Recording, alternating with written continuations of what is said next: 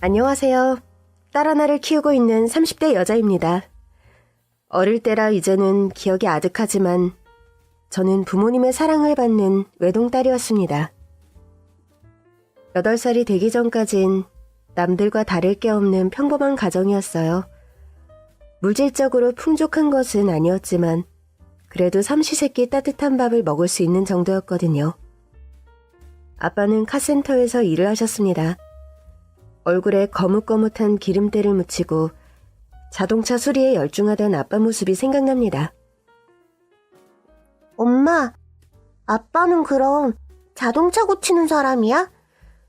그럼 고장난 자동차를 뚝딱 고치는 멋진 사람이지? 우와, 그럼 우리 아빠 엄청 똑똑한 사람이다. 그치? 미수가 아빠 힘내세요. 저녁에 만나요. 하고 인사해. 아빠, 파이팅! 집에서 아빠 기다릴게요. 그래, 미숙이 먼저 들어가. 당신 좋아하는 꼬막 무침 해놓을게요.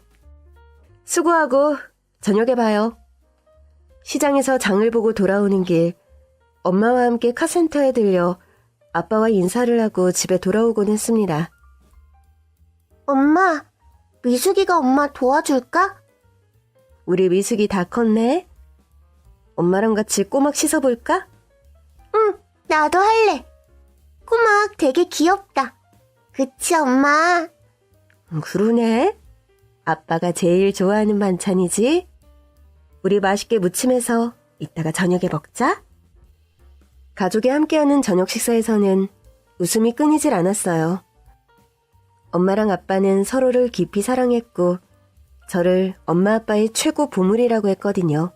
행복한 시절이었습니다. 이제 우리 매숙이 학교 간다. 초등학생이네. 우리 딸 다 컸어. 이제 여보랑 내가 학부모가 되는 거야. 세월이 참 빨라. 그러게. 아장아장 걸어다닐 때가 엊그제 같은데 벌써 학교에 간다니. 다음 주에 월급 나오면 주말에 미숙이 책가방 사러 가자. 학용품도 사야 하고 예쁜 구두도 하나 살까? 입학식 때 신고 가면 좋잖아. 에이, 구두를 뭐 얼마나 신는다고. 애들은 운동화가 편하지. 그런가? 다니다 보면 애들 구두도 많이 신던데 하나쯤은 있으면 좋잖아. 미숙이 무슨 색깔 구두 신고 싶어? 나, 분홍색. 분홍 구두. 우리 미숙인 천상 공주라니까? 아, 옷도 죄다 분홍색만 산다고 그래. 우리 핑크 공주. 주말에 아빠랑 예쁜 구두 사러 가자. 와, 신난다. 그렇게 주말을 손꼽아 기다렸습니다. 금요일 아침 눈을 떴는데 너무 설레는 거예요. 엄마, 하룻밤만 더 자면 나 가방이랑 구두 사러 가는 거야? 그럼 아빠가 토요일에 오전에만 일하시고 낮에 시간 내신다고 했어. 와, 빨리 내일이 왔으면 좋겠다. 엄마, 그럼 우리 이따가 아빠 보러 갈까? 카센터 가자. 아빠 일하는 곳에 너무 자주 가면 못 써. 아빠 일하는데 방해되잖아. 카센터 아저씨들도 미숙이 예뻐하는데 놀러 오라고 했는데. 며칠 전에도 갔으니까 다음에 또 놀러 가자. 점심시간이 지났을 무렵 집으로 전화 한 통이 걸려왔습니다. 아직도 그 기억은 선명해요. 전화를 받은 엄마가 그 자리에서 쓰러졌거든요. 너무 놀라 울면서 엄마를 흔들어 깨웠지만 엄마는 한동안 일어나지 못했어요. 엄마, 일어나. 엄마 물 마셔. 물, 엄마. 시간이 얼마나 지났을까. 퍼뜩 눈을 뜬 엄마가 갑자기 펑펑 눈물을 흘리며 옷을 챙겨 입었어요. 미숙아, 엄마 급한 일이 생겨서 잠깐 나갔다 올게. 미숙이 집에 혼자 있을 수 있지? 엄마 괜찮아? 엄마 나도 갈래. 나도 같이 가. 나도 갈래. 울며 엄마의 웃음에를 놓아주지 않고 매달렸던 것 같습니다. 엄마는 애써 정신을 가다듬고 저를 데리고 나갔어요. 택시를 타고 도착한 곳은 병원이었습니다. 병원을 늘 무서워했기 때문에 병원에 오는 게 싫었는데 어쩐지 그날은 평소와 같이 제가 의사 선생님을 만나는 날이 아닌 것 같았어요. 재수씨, 영철이가 그만... 죄송합니다. 죄송해요. 어떻게 된 거예요? 우리 애기 아빠 어디 있어요? 지금 긴급수술 들어갔어요. 그런데 워낙 상처가 심해서. 아빠의 카센터 동료 아저씨는 눈물을 흘리며 고개를 떨궜습니다. 긴 수술이 끝나고 중환자실로 옮겨졌는데 상황이 좋지 않았던 것 같아요. 아빠는 의식을 되찾지 못했고 그대로 병실에서 눈을 감고 말았습니다. 어떻게 이런 일이... 미숙이 아빠... 인사도 못했는데 어떡해. 우리 어떻게 살라고. 여보. 오열하며 주저앉은 엄마 곁에서 하염없이 눈물을 흘렸습니다. 카센터 리프트 밑에서 차를 수리하다가 기계 오작동이 일어났고 아빠는 리프트에 깔리는 큰 사고를 당했어요. 너무 급박한 상황이라 119를 부르고 병원으로 이동을 하면서 엄마한테 전화를 했던 것 같습니다. 그렇게 아빠는 저와 엄마 누구와도 마지막 인사도 나누지 못한 채 세상을 떠나고 말았습니다. 일주일 동안 그렇게 기다리던 토요일이었는데 아빠 엄마 손잡고 책가방이랑 구두를 사러 가기로 했던 날인데 엄마와 제가 있던 곳은 급하게 차려진 빈소였습니다. 재수씨, 죄송합니다. 미수가, 아저씨가 미안해. 우리 아빠 어디 있어요? 아빠 이제 못 봐요? 미안하다. 너무 억울해요. 우리 미숙이 아빠 이렇게는 못 보내. 미숙아. 쾌한 채로 간신히 조문객들을 맞이하고 집에 돌아온 엄마는 쓰러지듯 잠이 들었습니다. 엄마도 이대로 떠나버리는 건 아닐까 불안한 마음에 엄마 코에 손가락을 대고 숨을 쉬고 있는지 몇 번이나 확인을 했는지 모르겠어요. 정신을 차린 엄마가 저를 꼭 안아주었죠. 미숙아, 이제 우리 둘이 살아야 해. 엄마랑 미숙이랑 둘이 씩씩하게 사는 거야? 엄마, 미숙이는 아빠 보고 싶은데. 아빠는 하늘나라에 먼저 가셨어. 아주 나중에 하늘나라에서 다시 만날 수 있을 거야. 엄마는 마음을 굳세게 먹었지만 전업주부가 하루아침에 돈을 버는 일은 쉽지 않았던 것 같아요. 친가 외가 쪽으로 다른 친척들도 없었기 때문에 엄마는 어린 저를 맡길 곳이 없어 애를 먹었죠. 학교가 끝난 뒤 저는 이웃집에 있다가 집에 오곤 했습니다. 아줌마, 저 집에 갈게요. 엄마 아직 안 오셨는데? 미숙이 집에 혼자 있을 수 있겠어? 여기 있다가 엄마가 데리러 오시면 그때 가자, 응? 아니에요. 영순이도 자는데 그냥 집에 갈래요.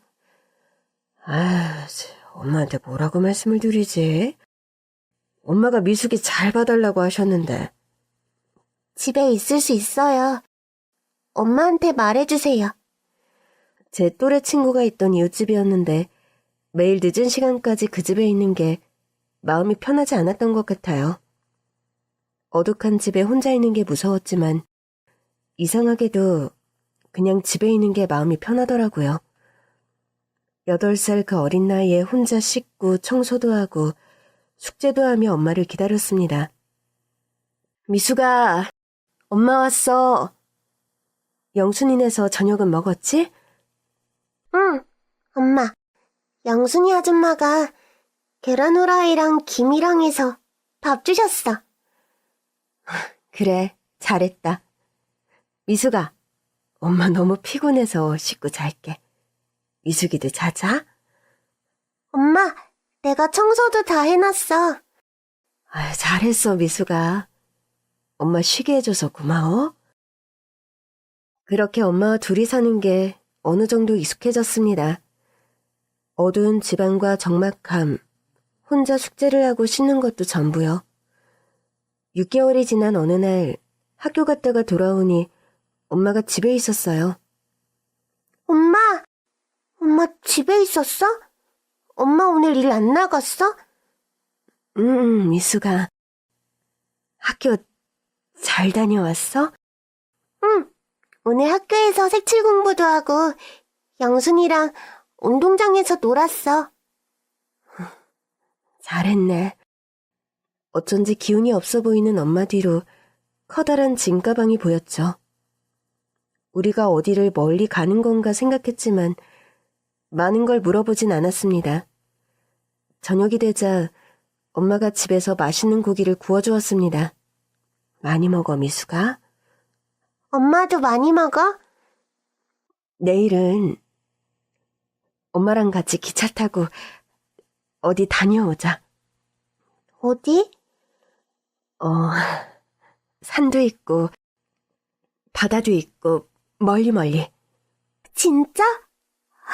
엄청 신난다. 그래. 미숙이 기차 처음 타보는 거지? 그러고 보니 아빠 계실 때도 미숙이랑 같이 기차 타본 적이 없네. 맞아. 미숙이 기차 처음이야. 너무 신나. 오늘은 엄마 옆에서 코 자자. 저녁을 먹은 뒤 엄마는 저를 깨끗하게 씻겨주었어요. 오랜만에 엄마가 목욕을 시켜주는 거였죠. 엄마 팔베개를 하고 오랜만에 깊은 잠에 빠졌습니다. 다음 날 정말로 엄마와 함께 기차를 타고 멀리 갔어요. 맛있는 것도 먹고 구경도 하고 아빠가 떠나신 뒤에 처음으로 신나는 날이었습니다. 오후가 되어 엄마와 함께 한 건물 앞에 도착을 했어요. 희망의 집? 엄마, 여기가 어디야? 미숙아, 여기 앞으로 미숙이가 지낼 곳이야. 여기 다른 친구들도 있고 아침 저녁으로 밥도 먹고. 이제 우리 여기서 사는 거야? 엄마랑 같이? 여기서 기다리면 안에서 돌봐주시는 분이 나오실 거야. 엄마는? 미숙아, 엄마 10밤만 자고 올게. 여기서 엄마 잘 기다릴 수 있지? 우리 미숙이 집에서 엄마 기다렸던 것처럼 여기서 조금만 지내면 엄마가 올게, 미숙아. 엄마 싫어. 여기가 어딘데. 왜 미숙이 두고 가? 엄마 가지 마. 미숙아, 정말이야. 엄마 금방 올게. 꼭 미숙이 데리러 올게. 엄마! 짐가방을 제 옆에 두고 엄마는 도망치듯 멀어졌습니다. 엄마를 따라갔지만 이내 골목을 돌아 큰 길로 사라진 엄마를 붙잡을 수가 없었어요. 왔던 길을 돌아 다시 희망의 집 앞으로 가서 한참을 서 있는데 안에서 사람이 나오더라고요. 한참을 바라보다 제 옆에 놓인 가방을 살펴보더군요. 안녕? 이름이 뭐니? 미숙이요. 김미숙. 미숙이구나. 춥지? 안으로 들어갈까? 엄마가 10밤만 자고 데리러 온댔어요. 그렇구나. 우선 들어가자. 그렇게 원장님의 손을 잡고 들어간 희망의 집. 그곳은 고아원이었습니다. 엄마 말대로 제 또래의 친구들이 많았어요. 그곳에서의 첫날은 아직도 생생하게 기억이 납니다. 여러 명의 아이들이 한 방을 쓰고 있었죠. 낯선 그곳에서 잠을 거의 못 잤던 것 같아요. 아침이 되니 한 친구가 저를 깨우더라고요. 얘, 일어나. 아침 먹을 시간이야. 아, 그래? 너 이름이 뭐야? 나 미숙이. 김미수. 난 박종수. 너 어제 왔구나? 응. 그래. 앞으로 잘 지내보자. 익숙해지면 꽤 나쁜 것만은 아니야. 근데 너 몇 살이야? 나 8살인데? 나 10살인데. 에이, 어쩐지 내가 오빠일 것 같았어. 근데 난 금방 갈 건데? 그게 무슨 말이야? 엄마가 10밤만 자고 온다고 했어. 10밤 동안만 여기 있으라고. 왜 웃어? 미안. 여기 처음 온 애들 몇 명이 하는 말이랑 똑같아서. 왜 꼭 10밤이라고 할까? 그게 참 궁금하단 말이야. 5밤이면 너무 짧고 20밤이면 너무 긴 것 같은가? 에이, 어른들은 참. 그게 무슨 말이야? 우리 엄마는 10밤 자면 올 거야. 미숙이 데리러 올 거야. 그래. 뭐 생각하는 건 자유니까. 일단 밥이나 먹자. 먼저 고아원 생활을 하던 2살 위 오빠가 살뜰히 저를 챙겨주었지만 저는 어쩐 일인지 좀 화가 났어요. 엄마가 분명 10밤 뒤에 온다고 했는데 그 오빠는 그게 거짓말이라고 하더라고요. 진짜 10밤 뒤에 데리러 오는 어른들은 없다면서요. 우리 엄마는 약속을 꼭 지키는 사람이라고 생각했기 때문에 10밤 뒤 엄마 손을 잡고 이곳을 떠나는 걸 보여줘야겠다고 다짐을 했죠. 그런데 10밤 20밤이 지나도록 엄마는 오질 않았습니다. 그때부터 매일 고아원 원장님께 엄마가 찾아왔는지 물어보고 했는데 다들 고개를 저을 뿐이었죠. 미수가, 내가 처음부터 말했잖아. 10밤 뒤에 온다고 말하고 다시 데리러 오는 엄마 아빠 본 적이 없다고. 다들 그래. 그러니까 너도 너네 엄마 언제 오냐고 그만 물어봐. 내가 처음에 말했지. 여기가 나쁘지만은 않다고. 지금은 방학이기는 한데 어차피 여기서 학교도 다닐 거고. 그러니까 이제 엄마 그만 기다리고 다른 친구들이랑도 잘 지내는 게 어때?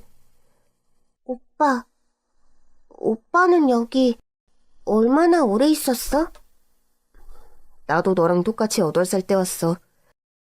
뭐 중간중간 입양 문의가 없었던 건 아니지만 다 잘 안 돼서 아직도 여기 있는 거지 뭐. 입양이 뭔데? 입양이란 아이가 없는 부모가 이런 데서 아이를 데려가서 자기 아들, 딸로 키우는 거야. 새엄마, 새아빠가 생기는 거지. 뭐? 새엄마, 새아빠? 그러다가 우리 엄마가 데리러 오면 어떡해? 여기서 기다리라고 했는데 새엄마, 새아빠 따라서 다른 데로 가면 우리 엄마 못 만나잖아. 아직도 엄마 말을 철석같이 믿고 있구나. 참 어른들은 나빠. 그냥 여기서 좋은 새엄마, 새아빠 만나서 잘 살아야 한다고 말하면 될 텐데. 꼭 10밤, 20밤 이런 이야기를 해서 애들한테 희망을 준다니까. 미숙아, 여기서 잘 지내면서 좋은 집에 입양 가기를 바라는 게 최선이야. 너 그것도 쉬운 일 아니다. 조금이라도 나이가 어려야 새엄마 만날 가능성이 더 커. 나도 8살 때 바로 갔었어야 했는데 10살 되니 더 힘들어지는 것 같아. 어린애들은 진짜 금방금방 새엄마 아빠 만나서 나가던데. 우리 언제까지 같이 있을지 모르지만 있는 동안 잘 지내보자. 오빠가 잘 챙겨줄게. 고아원 생활에 쉽사리 적응하지 못하고 혼자 겉도는 저를 챙겨준 건 저보다 먼저 고아원 생활을 하고 있던 또래 오빠였습니다. 8살에 들어온 자신과 똑같은 나이에 들어온 저에게 마음이 쓰였던 모양이에요. 한 달, 반년, 1년이 지나 학년이 바뀌었을 때가 되어서야 조금씩 적응이 되더군요. 고아원에서 학교로 등하교하는 것도, 고아원에서의 저녁, 자유시간, 취침까지 모든 게 일상이 되었지만 밤하늘에 떠있는 달을 보는 날이면 고아원 앞에서 저를 두고 간 엄마를 떠올렸어요. 뭐해? 어? 그냥, 엄마 생각하는구나? 응. 열밤이 훨씬 지났지? 9살이 됐으니까. 근데 오빠, 연지가 그러는데 우리 엄마는 나를 버리고 다른 아저씨랑 결혼했을 거래. 그 말을 믿어? 모르겠어. 난 엄마가 날 버린 거라고 생각한 적 없는데. 뭐 여기에 온 많은 애들이 그런 이유로 왔으니까. 새로 결혼을 하면 애들이 필요 없어지는 거야? 그냥 물건처럼 버리는 거야? 너무 그렇게 생각하지 말자. 확실한 건 없잖아. 연지가 모든 걸 아는 것도 아니잖아. 정말 그런 거라면 너무 슬퍼. 우리 아빠랑 엄마는 정말 사이가 좋았는데 아빠가 하늘나라로 가지 않았다면 내가 여기 오지 않았을 텐데. 그래도 난 엄마가 날 버렸을 거라고 생각하지 않아. 그건 너무 슬프잖아. 그래. 너가 엄마를 생각하는 것처럼 너희 엄마도 너를 매일 생각하고 계실 거야. 그럴 거라고 믿자. 언젠가 다시 만날 수 있을지도 모르지. 고마워, 오빠. 그냥 엄마가 어딘가에서 잘 지내고 있었으면 좋겠어. 버림받았다는 사실을 인정하기 너무 슬퍼서 그냥 엄마가 잘 지내고 있을 거라고 믿기로 했습니다. 고아원에서 초등학교를 졸업하고 중학교, 고등학교 졸업 때까지 지냈어요. 초등학교 때는 몇 번의 입양 기회가 있었지만 잘 되지는 않았습니다. 저는 어른들이 데려가고 싶어하는 착하고 상냥한 아이처럼 보이기 싫었고 그런 저를 선택한 사람은 없었죠. 20살이 되어 자립을 해야 할 때가 왔습니다. 다행스럽게 저에겐 2년 먼저 자립해 자리를 잡은 종수 오빠가 있었죠. 고아원에 처음 온 날부터 쭉 저를 챙겨주었던 고마운 사람이었습니다. 드디어 자립을 했구나. 축하해. 고등학교 때부터 빨리 자립하고 싶었는데 막상 10년 넘게 지내던 곳에서 나오려니까 기분이 이상하더라. 그렇지? 나도 처음 나왔을 때는 그랬어. 그렇지만 시간이 지나니 마음이 단단해지더라. 이제 울타리가 없는 거잖아. 어떻게든 내 힘으로 살아가는 거지. 종수 오빠는 물류센터에서 일하며 자리를 잡고 있었어요. 저는 정착 지원금으로 작은 월세방을 얻고 콜센터에 취직을 했습니다. 오빠가 먼저 고아원을 나간 뒤에도 꾸준히 연락을 하고 지냈고 어렸을 때부터 거의 남매처럼 지내며 가족이나 다를 게 없었거든요. 그런데 고아원에서 나와 덜컥 세상에 홀로 발을 딛게 되니 적응하는 게 어려웠고 그 과정에서 매번 의지했던 종수 오빠가 제 마음에 크게 자리를 잡았다는 걸 깨달았어요. 콜센터에서 일한 지 1년이 지났을 무렵이었습니다. 종수 오빠와 일을 마치고 저녁을 먹고 있었는데 오빠가 조심스레 제안을 했죠. 있잖아. 나 너 많이 좋아해. 우리가 고아원에서 남매처럼 가족처럼 지냈다는 거 나도 알아. 그런데 사실 나는 고등학교 때부터 좀 느꼈어. 성인이 될 때까지 기다리겠다고 혼자 결심을 했지. 자립하고 사회에 나왔을 때 아직 고아원에 있는 네 생각 많이 했어. 너 자립할 때까지 열심히 돈 모으고 자리 잡으면서 준비를 해야겠다고 생각했어. 나도 사실 오빠가 좋아. 그냥 스며들듯 자연스럽게 오빠를 의지했던 것 같아. 성인이 된 지금도 세상 그 누구보다 가깝고 소중한 사람이 바로 오빠야. 우리는 서로의 마음을 확인했고 21살 오빠와 저는 살림을 합치기로 했어요. 따로따로 혼자 사는 것보다 같이 사는 게 생활비를 더 아끼면서 돈을 모을 수 있다고 생각했습니다. 아주 가느다란 실반지 2개를 사서 나눠 낀 게 전부였어요. 살림을 합친 뒤에 혼인신고를 했고 우리는 부부가 되었습니다. 언젠가 우리 꼭 결혼식 하자. 지금은 상황이 어렵지만 너 웨딩드레스 꼭 입게 해줄게. 우리 호적상으로 이미 부부잖아. 결혼식 그런 건 괜찮아. 열심히 아끼면서 살자. 오빠랑 같이 미래를 꿈꿀 수 있어서 나는 행복해.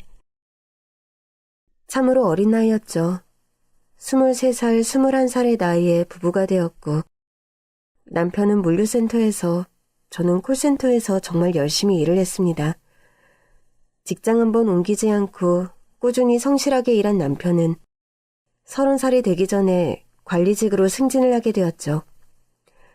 남편의 벌이가 좀 안정적이 되자 우리는 아이를 갖기로 했고 노력한 끝에 임신을 하게 되었습니다. 산부인과 진료 보러 가면 진짜 내가 제일 어린 것 같아. 그에 비하면 26살인 내가 애처럼 느껴지기도 하는데 우리 잘할 수 있을까? 나이가 무슨 의미야. 26살이면 어른이지. 그리고 넌 또래에 비해 속도 깊은 사람이잖아. 넌 분명 좋은 엄마가 될 거야. 우리 가진 건 많이 없지만 아이에게 사랑만큼은 충분하게 주고 싶어. 그 기억이 오래가는 것 같아. 8살 때 아빠 돌아가시기 전까지 정말 사랑받으면서 행복하게 자랐거든. 아기에게만큼은 든든한 울타리가 되어주고 싶어. 내 마음도 그래. 너랑 나 너무 어렸을 때부터 고아원에 왔고 거의 평생을 거기서 지냈잖아.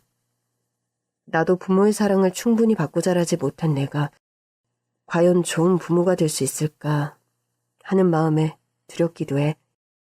그래서 노력할 거야. 많이 공부할 거고 내가 못 받은 사랑 그 몫까지 아이에게 다 줄 거야. 우리는 두 손을 잡고 굳게 다짐을 했어요. 물질적으로 풍족하지 않아도 사랑만큼은 충분한 가정을 이루자고 약속을 했습니다. 그해 말 우리 천사가 태어났습니다.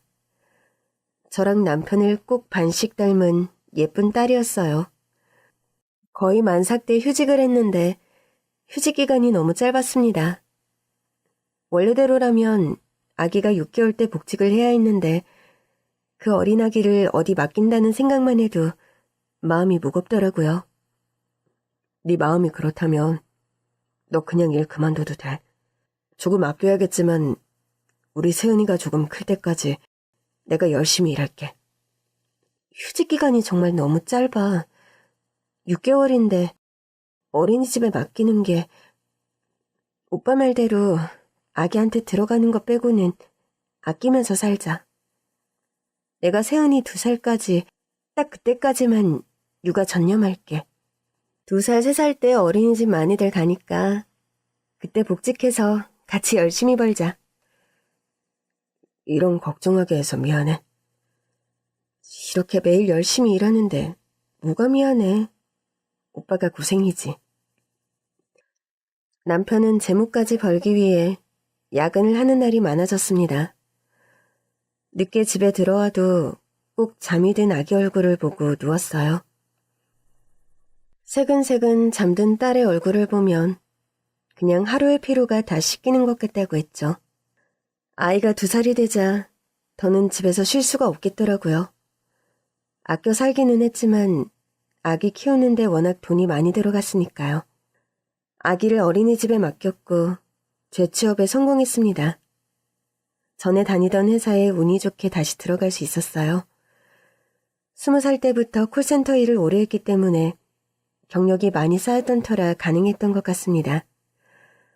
다시 일을 하고 퇴근하고 육아를 병행하니 정말 바쁘더라고요. 어느 밤 울며 보채는 아기를 간신히 재우고 잠깐 눈을 붙이고 있는데 아기가 잠꼬대를 하는 건지 웅얼거리더군요. 엄마를 찾는 거였습니다. 그 고사리 같은 손으로 제 손가락을 꼭 쥐고 있는 아기를 보는데 갑자기 하염없이 눈물이 쏟아지더군요. 미수가 왜 그래? 무슨 일이야 갑자기? 오빠, 갑자기 우리 엄마가 너무 생각나. 엄마 생각?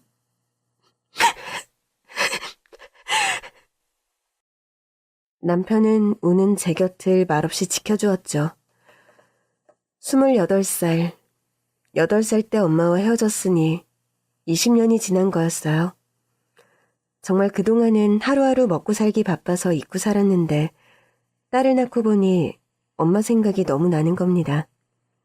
지금 이 나이, 이 아기한테는 엄마 아빠가 세상의 전부잖아요. 제가 태어났을 때도 또 이렇게 아기였을 때도 엄마도 같은 마음이었을 텐데 하는 생각이 드니 너무 슬프고 엄마가 그리워지는 거였습니다. 눈이 퉁퉁 부어 아침에 일어났는데 남편이 아침을 차려주며 조심스럽게 말을 했죠. 찾아보자. 어? 뭘? 미숙이 너희 어머니, 아니, 장모님 찾아보자. 우리 엄마를 찾자고? 나는 엄마 아빠 다 돌아가셔서 고아원에 갔던 거였어. 친척들이 아무도 나를 맞지 않겠다고, 안 키우겠다고 해서 고아원에 간 거야. 근데 미숙이 너는 아니잖아. 엄마가 계신 거잖아. 그리고 돌아오겠다고 하셨다며. 20년도 넘게 지났는데 찾을 수 있을까? 경찰서 가서 유전자 등록 뭐 그런 것도 해보고 알아볼 수 있는 데까지는 알아봐야지. 만약 찾았는데 나를 보고 싶어 하지 않으면 어떡해? 그 옛날에 고아원에 있던 친구가 그랬었잖아. 엄마가 재혼하려고 날 버린 거라고. 만약 재혼해서 너무 행복하게 살고 있고 또 재혼한 남자 사이에서 낳은 애들도 있고 그런 상황에서 내가 나타나면 곤란한 거 아닐까? 엄마가 너무 그리운 건 맞는데 찾는 게 맞는 건지 잘 모르겠어. 네 마음속에 이미 그리움이 한가득이야. 어디서 어떻게 지내는지 모르니까 더 생각이 날 거야. 일단 찾아보고 어떻게 지내시는지 알면 네 마음이 오히려 더 나아질 수도 있지. 같이 노력해보자. 그렇게 남편이 용기를 주었고 경찰서에 가서 DNA 등록을 하고 주민센터에 가서 가족 증명서를 떼어봤습니다. 바쁜 가운데 시간을 내어 남편과 함께 서류에 있는 주소로 갔지만 그곳에 엄마가 없었어요. 어디서부터 어떻게 찾아야 할지 너무 막막한 채 하루하루가 흘러갔습니다. 그때 경찰서에서 연락이 왔습니다. 엄마의 소재를 파악한 것 같다는 소식이었어요. 주말에 엄마가 있는 곳을 찾아가 보기로 했습니다. 며칠 동안 마음을 가다듬고 진정시키는 시간도 필요했고요. 전날 밤이 되었는데 고아원에서 도망치듯 뛰쳐나간 엄마의 뒷모습이 계속 생각이 나더군요. 정말 내일 혼자 가도 괜찮겠어? 응. 만약 내일 만난다면 20년 만에 만나는 건데 무슨 말을 어떻게 해야 할지도 모르겠고 모르지. 그냥 멀리서 바라만 보고 올 수도 있고. 아무튼 내일 우선 가볼게. 경찰서 들러서 자세한 주소랑 물어보고 다녀오려고. 그래, 알겠어. 세은이는 내가 잘 보고 있을게. 미수가, 너무 걱정하지 마. 어쩌면 장모님도 너를 찾고 있었을 수도 있어. 먼저 찾아준 것에 고마워할지도 모르지. 그러니까 너무 안 좋은 생각하지 마. 알겠어. 고마워. 늘 제 마음이 흔들리고 불안할 때마다 든든히 곁을 지켜주고 용기를 주는 남편이었습니다. 엄마를 찾으러 가기 전날도 그랬죠. 아침에 경찰서에 가서 엄마가 있는 곳 주소를 확인했는데 지도를 살펴보니 그 지내는 주소가 판자촌인 것 같더라고요. 여기가 그 쪽방촌이라고 하죠. 판자촌 중에서도 왜 따닥따닥 붙은 방 한 칸에 쭉 늘어서 있는. 이게 제대로 된 상세 주소 파악이 좀 어렵습니다. 직접 가보셔야 할 것 같아요. 들은 바로는 무슨 동 몇 호 이런 주소가 없다는 거예요. 서울 종로구 돈이문 쪽이었는데 쪽방촌이 많은 곳이었죠. 그런 곳에 살고 있다는 말에 경찰서를 나와 한 걸음에 그곳으로 달려갔습니다. 푹푹 찌는 날씨였는데 쪽방촌 골목에 들어선 순간 온갖 냄새가 코를 찌르더라고요. 상세 주소가 없으니 일일이 이름을 부르며 다니는 것밖에 없었어요. 그마저도 오후 시간대라 집에 없는 분들도 많았고 정말 막막하더라고요. 저 박명자 씨 계세요? 쪽방촌 골목을 돌아다니며 목이 터져라 엄마의 이름을 부르고 있을 때였습니다. 웬 아주머니 한 분이 천천히 다가와 제 어깨를 툭 치더라고요. 박명자? 명자 찾아요? 네, 혹시 박명자 씨 여기 계신가요? 연세는 50살이 아직 안 되셨을 거고요. 얼굴이 희고 갸름하고 좀 마른 편이고. 알아요, 박명자. 근데 그쪽은 명자랑 관계가 어떻게 되세요? 저요? 제가 박명자 씨 딸입니다. 박명자 씨 딸 김미숙이라고 해요. 저희 엄마를 아시나요? 잘 알지. 가까이 사니까 바로 옆이야. 명자방이 내 옆방이라고. 그런가요? 그럼 지금 방에 계시나요? 에이, 있지? 참 신기하네. 명자가 여기 온 지 10년도 넘었는데 찾아온 사람이 한 명도 없었거든. 살다 보니 이런 날도 오는구만. 신기하네, 신기해. 이름이 뭐라고? 미숙이? 나 따라와요. 호탕해 보이는 아주머니를 따라 위로처럼 뻗은 골목골목을 따라갔어요. 정말 골목에 악취가 가득했고 푹푹 찌는 날씨에 너무 더워 쪽방촌 앞 그냥 길에 나와 앉아있는 분들이 많더라고요. 아주머니가 한 문 앞에 멈춰 섰습니다. 문을 두드리며 말하더군요. 명자야! 언니야, 언니! 숙자 언니! 안에 있지? 숙자 언니? 언니야, 나 심심해. 왜 이제 왔어? 안에 명자 있거든요? 보고 너무 놀라지 말아요. 그때부터 심장이 쿵쿵 뛰기 시작했습니다. 엄마 목소리가 맞는 것 같았거든요. 숙자 언니라는 분이 열쇠를 뒤적이더니 문을 열더군요. 얼마나 가까운 사이면 열쇠까지 나눠 갖고 있을까 생각하던 찰나 문을 열고 안에 있는 엄마를 보자 저는 대성통곡을 하고 말았습니다. 엄마, 엄마, 엄마, 나였다, 미숙이. 저는 멀뚱멀뚱 저를 보는 엄마 앞에 무릎을 꿇고 앉아 한참을 울었습니다. 주름이 늘고 얼굴이 많이 상했지만 틀림없이 저희 엄마였습니다. 숙자 언니, 얘는 누구야? 처음 보는 사람인데 우리 집에 왜 왔어? 저기요, 누구세요? 우리 집에 왜 왔니, 왜 왔니, 왜 왔니? 숙자 언니, 얘 누구야?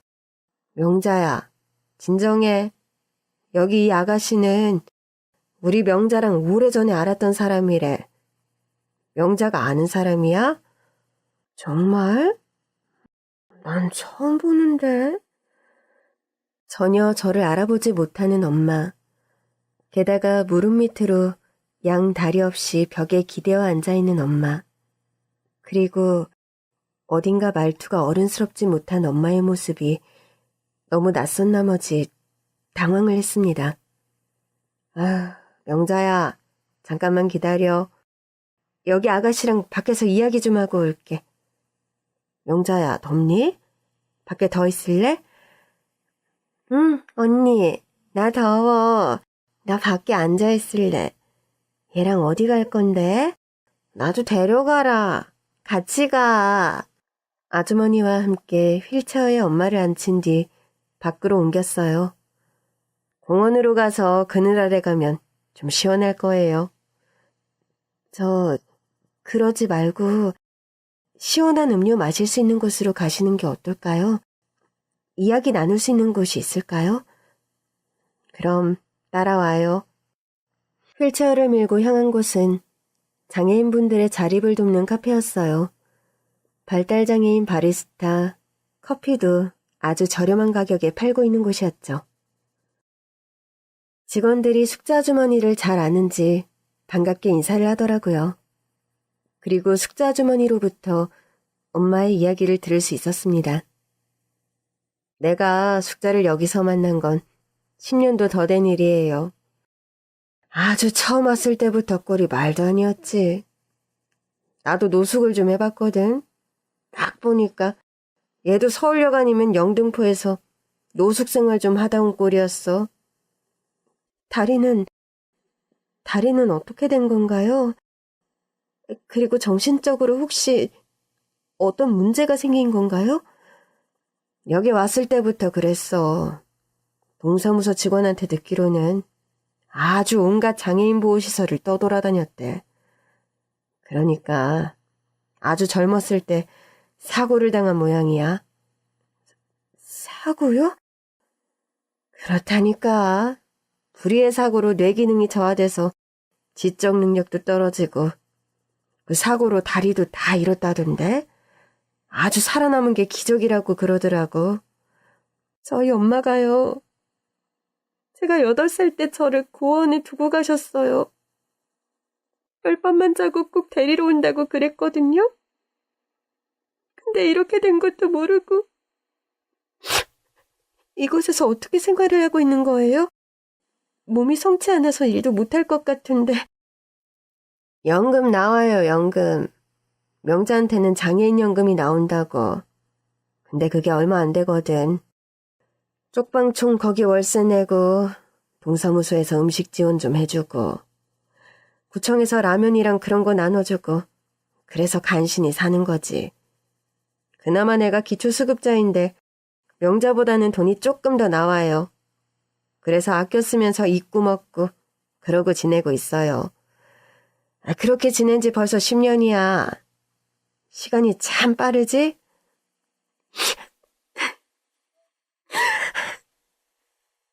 근데 내가 들었던 것 같아. 제가 정말 어쩌다 한번 아주 가끔 정신이 좀 돌아올 때가 있는데 그때 그렇게 딸을 찾았거든. 미숙아 하면서. 그러니까 그쪽이 미숙이 맞죠? 네, 맞아요. 정신이 돌아올 때면 맨날 하는 말이 뭐라더라? 미숙아, 열밤이라고 해서 미안해. 1년 바짝 돈 벌어서 데리러 갈게. 그러다가 또 어떤 날은 밤중에 막 우는 소리가 나. 놀래가지고 가보면 베개를 끌어안고 통곡을 하고 있어. 왜 그러냐고 물어보면 또 미숙이 데리러 가야 하는데 이렇게 돼서 어떡해. 그러더라고. 숙자 아주머니의 말을 들으니 정말 마음이 미어지는 것 같았습니다. 정확히는 모르지만 엄마는 저를 고아원에 맡기고 돈을 벌러 갔던 거였어요. 1년 바짝 벌어서 고아원에서 저를 데리고 와야겠다는 거. 그 말이 맞는 것 같았어요. 그러다 불의의 사고를 당했고 온갖 시설을 떠돌다 여기까지 오게 된 것이었습니다. 버린 게 아니었어요. 엄마가 나를 버린 게 아니라 못 갔던 거야. 갈 수가 없었던 거야. 딱해라. 근데 어쩌다가 이제 오게 된 거야. 미숙이라고 했지? 미숙이는 몇 살이고? 이제 28살이에요. 가만히 있어보자. 28살이면 8살 때 고아원에 맡겼다고? 아유, 그러면 지금이 꼭 20년 만인 거네. 20년 만에 엄마를 찾은 거구만. 맞아요. 어떡해. 제가 너무 늦은 거죠. 정말 몰랐어요. 이런 줄 몰랐어요. 열밤이 지나고 아무리 기다려도 오질 않았고 그냥 어딘가에서 잘 살고 있을 거라고 생각했어요. 이런 일이 있었을 줄은 몰랐어요. 20년. 참으로 긴 세월이네. 그래도 아가씨 결국은 만났네. 다행이지 뭐야. 안 그래요? 좋게 생각해. 아이, 명자 참 부럽다. 20년 동안 잊지 않고 엄마 생각한 딸이 있어서. 또 이렇게 딸이 찾아와서 명자 좋겠네. 언니, 내가 왜 좋아? 언니 나 예뻐? 그래, 우리 명자 예뻐.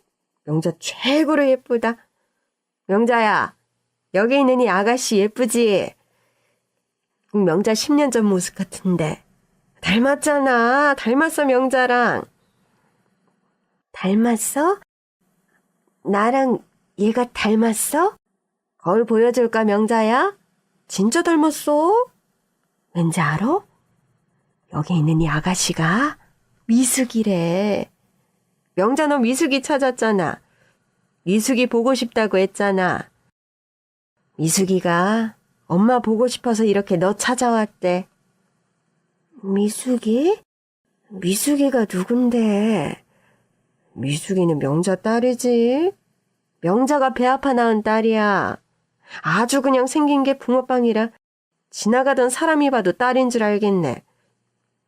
미숙이? 미숙이... 엄마는 한참 동안 제 이름을 말했지만 당장 기억이 떠오르지 않은 것 같았습니다. 그렇게 숙자 아줌마와 한참 이야기를 하다 보니 어느덧 해가 저물고 있었어요.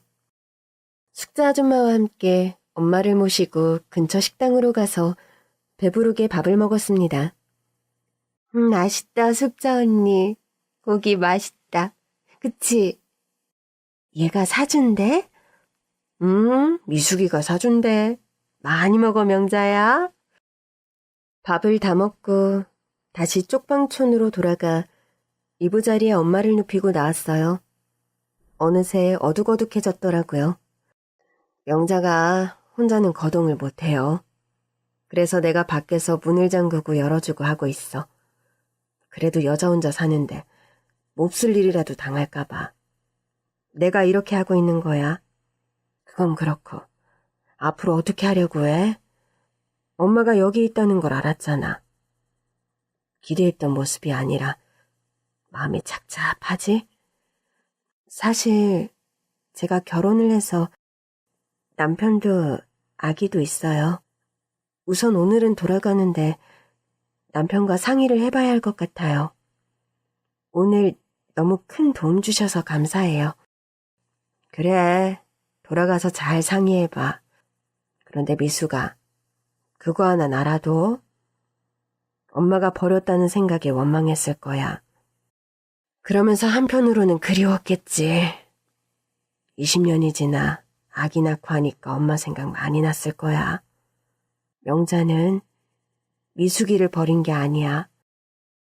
정말 미숙이를 데려오겠다는 그 생각 하나로 밤이며 낮이며 열심히 일했을 거야.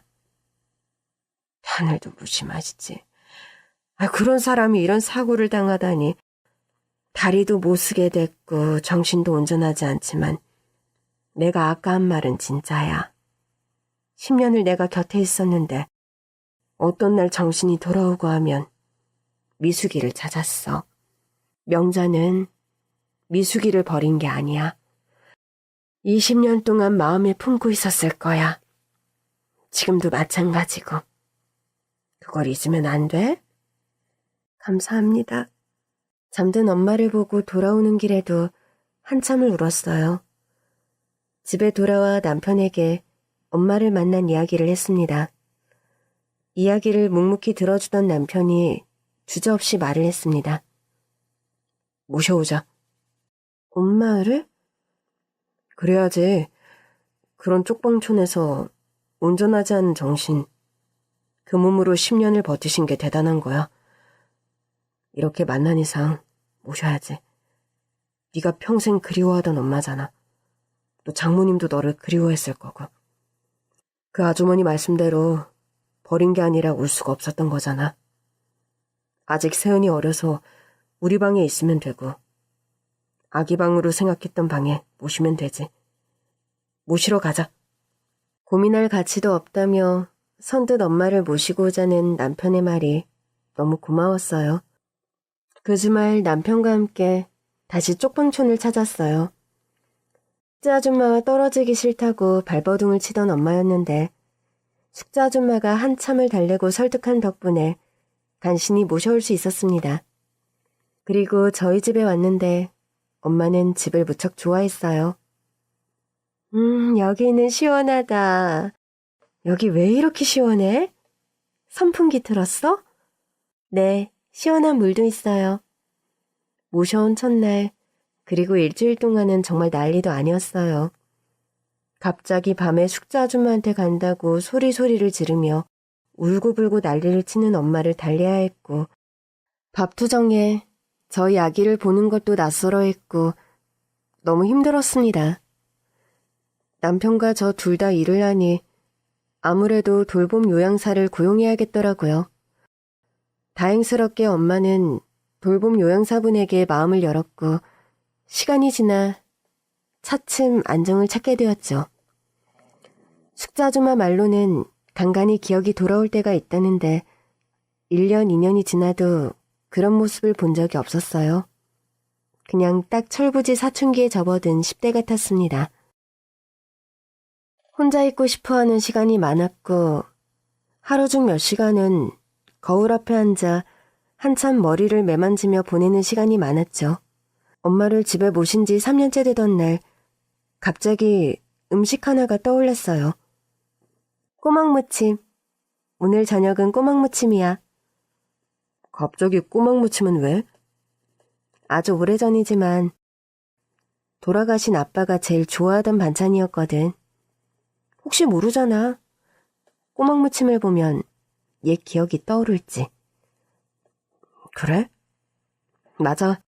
향이나 음식 그런 게 기억을 불러온다는 말을 들은 적이 있는 것 같아. 저는 마트에서 꼬막을 한가득 사와 개수대에 부었습니다. 엄마를 휠체어에서 앉혀서 부엌으로 데려갔죠.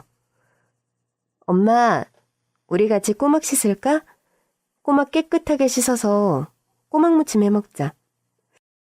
아빠가 제일 좋아하던 반찬이었는데 엄마가 엄청 잘하는 음식이었어. 같이 만들까? 꼬막? 꼬막이 뭐야? 꼬막을 보고도 뭔가 바로 기억이 떠오르지 않은 것 같았어요.